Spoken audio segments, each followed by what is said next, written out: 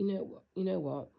I honestly believe that the Crafty Council never thought that our dry bones would awaken. They didn't bank on the dry bones coming to life at all. We were spiritually dead, and they thought they had buried the truth so deep that we would never, never remember who we actually are. And some will say that this is an absolute joke. But for centuries, they've controlled everything, rewriting history, renaming places, erasing our identity. And while they were enjoying the fruits of our labor, enjoying the power and the wealth that came from being the oppressors, they never seriously expected the Most High to step in the way that He has done and awoken His chosen people in such a profound way. But here we are. The dry bones are awakening, just like the Most High said, and there's not many people talking about this. But I'm going to keep talking about it because that's what the Bible says in the Old Testament, Ezekiel 37. It talks about our dry bones awakening. So this will come to no surprise that the Messiah has not actually arrived. Yeah, bit of a shock, isn't it? You see, we have already been judged. Now the nations are being judged because the Messiah hasn't yet established his rule. And that's why I do not believe the Messiah has come at all. So I'm going to go into some scriptures as well to explain this because I know people want to see scriptures. But this is why I believe the Messiah has not yet come. And I've been thinking about this for a little while. And nothing about the New Testament makes sense. When you read the Old Testament, you will see it. And when I look at the scriptures, I'm convinced that the Messiah hasn't come. Because the prophecies about the Messiah are very clear. You see, when the Messiah arrives, there will be peace, there will be justice, and there will be restoration for his people. Because he will regather Israel, the scattered, the chosen. And he will restore the covenant and rule as king. But that hasn't happened yet. You see, the Jews that called themselves Jews were supposedly restored in 1948, but that's not true. You see, we are the ones that have been scattered. And as you can see, there's no peace on the earth yet because we're still scattered. The law hasn't gone out to the nations. Instead, what we see now is judgment. Judgment on the nations for what they've done to Israel. Every single country who was involved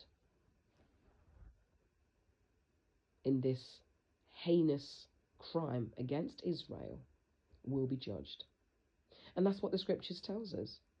So we are to expect restoration after Israel's judgment, of course, and it's unfolding right before our very eyes. I just hope I'm still alive to see it all. The Messiah will regather Israel, but we are still scattered. And one of the key signs of the Messiah's arrival is a regathering of Israel.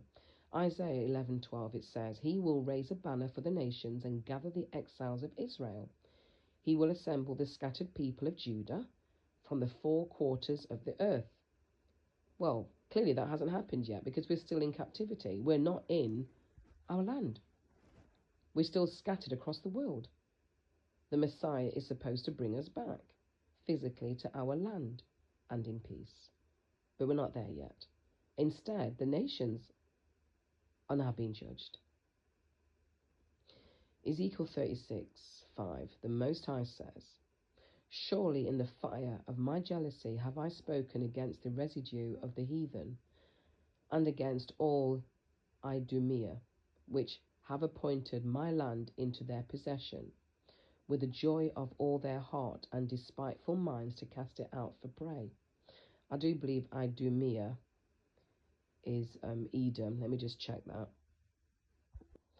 Yep, thought as much. Idumea is another name for Edom. In the Bible, Edom refers to the descendants of Esau, as we already know, the brother of Jacob, Israel. The name Idumea is the Greek and later Roman form of Edom, used especially during the Second Temple period. The region of Edom, Idumea, was located southeast of Judah, near the Dead Sea. What a surprise! So where was I? The nations have claimed our inheritance as their own, but the Most High saw it all, of course. He's watching, and he promises that judgment would come for those who stole the land. The nations will be held accountable. The Most High made it clear that he will judge the nations for scattering us and claiming what doesn't belong to them. In Jeremiah 12:14-15 it says, "Thus saith the Lord, against all mine evil neighbours that touch the inheritance which I have caused my people Israel to inherit. Behold, I will pluck them out of their land and pluck out the house of Judah from among them." You see, the Most High is going to deal with those who took what belongs to us. And he doesn't stop there either. He promises that those who oppressed us will have to acknowledge the truth. But they're very stiff-necked, They're not going to do it very quickly, are they? Or willingly, should I say. The nations will bow and acknowledge the truth. In Isaiah 49:23 it says, "Kings shall be thy nursing fathers, and their queens thy nursing mothers. They shall bow down to thee with their face toward the earth, and lick up the dust of thy feet. And thou shalt know that I am the Lord." The prophecy makes it clear. When the Messiah comes, the nations will bow and acknowledge that we are the chosen people. They won't just admit it, though. They'll have to humble themselves completely. And that's what they're afraid of. They don't want to give up what they've stolen from us. In Zephaniah 3:19-20 it says, "I will deal with all who oppressed you. I will give you praise and honor in every land where you have suffered shame. At that time I will bring you home." The Most High will restore us and make it known to the whole world, but we're not there yet. We haven't been praised or honored. We're still fighting to claim our identity. And this tells me the Messiah definitely hasn't come yet, because his rule will bring this restoration. The nations will be judged for their lies and, of course, their oppression against us. The nations didn't just steal our inheritance, though. They built lies to cover it up. In Obadiah 1:10-15 it says, "Because of your violence against your brother Jacob, shame shall cover you, and you shall be cut off forever. As you have done, it shall be done unto you. Your reward shall return upon your own head." The nations that oppressed Israel, the 12 tribes, the people, not the country, they're going to face judgment, folks. The Most High will repay them for their lies, their violence, and of course their pride. And the scriptures tells us that the nations will confess their deception. In Jeremiah 16:19, it says, "The Gentiles shall come unto thee from the ends of the earth, and shall say, Surely our fathers have inherited lies, vanity, and things wherein there is no profit." The nations will admit that they inherited false teachings, things that led them astray. This is part of the judgment, and we're already starting to see the cracks in their systems as the truth comes out. Relax, folks, there's plenty to come yet. The Messiah's role as king and ruler. The Old Testament makes it clear that the Messiah will rule as king, bringing peace and justice to the earth. In Isaiah 9:6-7 it says, "For unto us a child is born, to us a son is given. He will reign on David's throne and over his kingdom, establishing and upholding it with justice and righteousness from that time on and forever." When the Messiah comes, he will reign as king. There will be no more war, no more oppression, no more lies, just peace and justice. Micah 4:3-4 it says, "Nation will not take up sword against nation, nor will they train for war any more.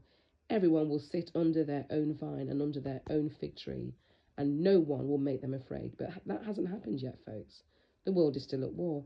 There's still injustice and fear. If the Messiah had come, we'd be living in a world of peace and righteousness. So, what's happening right now? Well, as I said, we've had our judgment. Now the nations are having theirs. And we've already, as I said, we've already experienced our judgment. We were scattered, enslaved, and oppressed, just as the scriptures warned us, but we didn't listen. But now it's time for the nations to face judgment. In Isaiah 24:4-6, it says, "The earth mourneth and fadeth away, because they have transgressed the law, changed the ordinance, broken the everlasting covenant. Therefore hath the curse devoured the earth, and they that dwell therein are desolate." The world is in chaos, folks, because of rebellion against the Most High. The nations are being judged for what they've done, and it's only the beginning. So, when I read the Old Testament, it's clear to me that the Messiah has not come. We're supposed to recognize his arrival by the signs that the prophets gave us, which is peace, justice, the regathering of Israel, and the restoration of the covenant. But those things have not happened. Instead, we're living in a time of judgment. The Most High is holding the nations accountable for their lies, their violence, and their oppression. But there is hope, folks, because after judgment comes restoration, and the Most High will bring us home and establish his righteous kingdom. The key is to stay faithful, stay obedient, and be ready for when that day comes. Read the commandments, folks. Do not be deceived by the crafty counsel.